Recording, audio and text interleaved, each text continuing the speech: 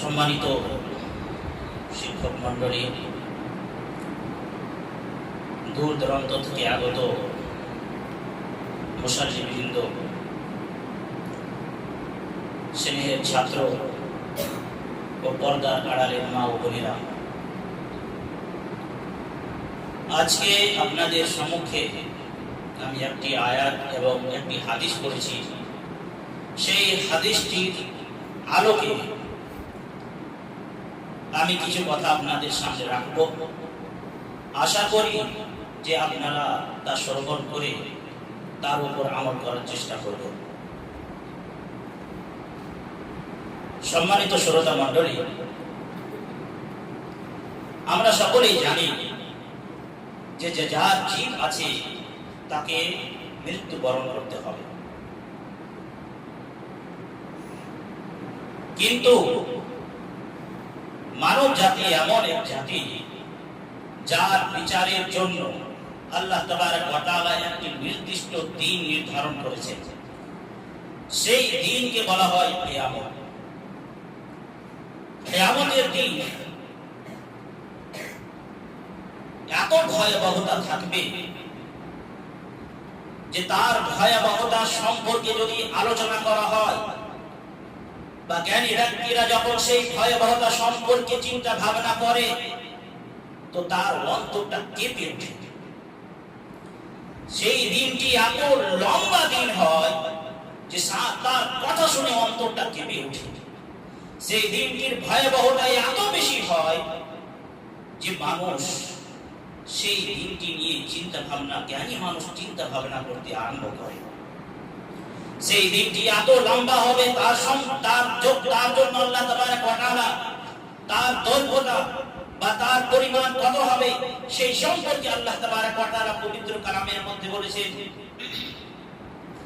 তারুজুল মালাইকাতু war রূহু ইলাইহি ফি ইয়াউমিন কানা মিকদারুহু 50000 সানা। যে কিয়ামতের দিন, এই দিনটিতে ফেরেশতা এবং রূহুল আমিন আল্লাহর কাছে আহ্বান করবে। সেই দিনটির পরিমাণ হবে 1000 বছর। অর্থাৎ কিয়ামতের দিন সম্পর্কে এখানে আল্লাহ তাবারক ওয়া তাআলা বলেছেন যে তার দিনটি এসে তার দৈর্ঘ্য এবং তার লম্বা কত পরিমাণ হবে সেই পরিমাণ সম্পর্কে বলেছেন যে তার কত 1000 বছর হবে কিয়ামতের দিন। শুধু এটাই নয়, আল্লাহ তাবারক ওয়া তাআলা অন্যত্রে বলছেন, যারা কোরআন এবং আল্লাহর রাসূল সাল্লাল্লাহু আলাইহি সাল্লাম যা কথা বলেছেন তাকে অস্বীকার করে এবং যা কিছু আদেশ দিয়েছে সেগুলোকে অস্বীকার করে, যা জিনিস থেকে নিষেধ করেছে সেসব জিনিসগুলোকে যারা করে তাদেরকে সম্বোধন করে বলছে যে তোমরা সেই দিন কেমন করে বাঁচবে। যে দিনের ভয়াবহতা বলছে যে এই ভয়াবহতা শুনলে পরে শিশুরা কি হবে, বৃদ্ধ হয়ে যাবে। আল্লাহ তাবারক ওয়া তাআলা সূরা মুসাজ্জিলের মধ্যে বলছেন, ফাকাইফা তাত্তাকুনা ইন কাফারতুম ইয়াওমা ইয়াজআলুল বিলদানা শিবা। ফাকাইফা তাত্তাকুনা ইন কাফারতুম, তোমরা যারা অস্বীকার করো, আল্লাহকে মানো না, আল্লাহর রাসূল সাল্লাল্লাহু আলাইহি সাল্লাম যা কিছু বলেছেন তাকে তোমরা যে অস্বীকার করো, শোনো, ফাকাইফা তাত্তাকুনা, কেমন করে বাঁচবে, ইয়াওমান ওই দিন ইয়াজআলুল বিলদানা শিবা, যেদিনে ভয়াবহতার কারণে শিশুরা কি হবে, বৃদ্ধ হয়ে যাবে। ভাবতে পারছেন কিয়ামতের দিন কত ভয়াবহতা হবে? শুধু এটাই নয়, কিয়ামতের দিন সূর্যকে আল্লাহ তাবারক ওয়া তাআলা মাথার কাছে নিয়ে চলে আসবে। সেই সম্পর্কে মুসলিম শরীফের একটি হাদিস, আল্লাহ রাসূল সাল্লাল্লাহু আলাইহি ওয়াসাল্লাম মিকদাদ বিন আসওয়াদ রাদিয়াল্লাহু আনহু থেকে বর্ণিত, আল্লাহ রাসূল সাল্লাল্লাহু আলাইহি ওয়াসাল্লাম বললেন যে তুদনা শামসু ইয়াউমাল কিয়ামাতি মিনাল খালকি হাত্তা তাকুনা মিনহুম কামিকদারিল হিল। যে কিয়ামতের দিন মানুষের বান্দা থেকে মাখলুক যারা রয়েছে, মাখলুকের মাথা থেকে 1 মিল দূরত্ব কি করা হবে, সূর্য নিয়ে আসা হবে।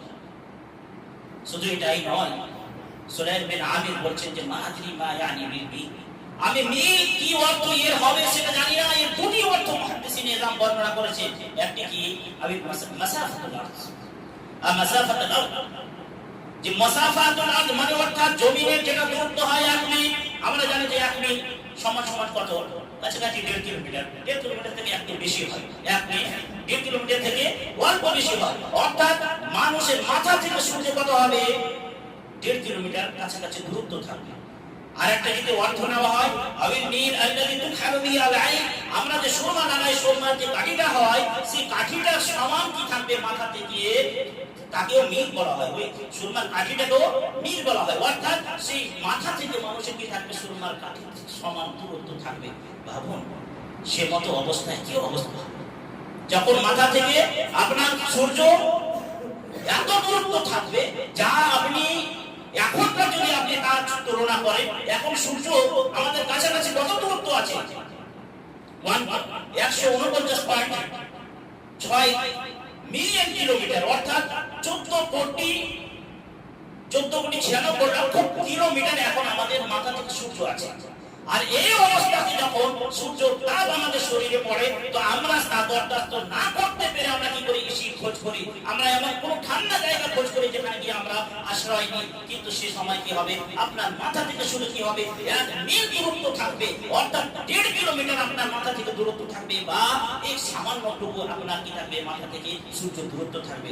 সেই অবস্থায় আপনার কি অবস্থা হবে, তখন আপনার কি অবস্থা হবে? আল্লাহ রাসূল সাল্লাল্লাহু আলাইহি সাল্লাম বলেছেন যে ফায়াকুনুন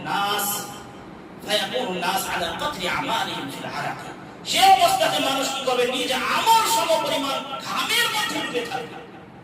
এখন ঘাম এত হয় যে আমরা তাকে শুকানোর জন্য বিভিন্ন ধরনের প্রকার বা বিভিন্ন ধরনের আমরা প্রকল্প আমরা ব্যবহার করি, বা কি করে আমার শরীরটা শুকনো থাকবে সেটা আমরা ব্যবস্থা করি, কিন্তু তখন কোনো ব্যবস্থা থাকবে না।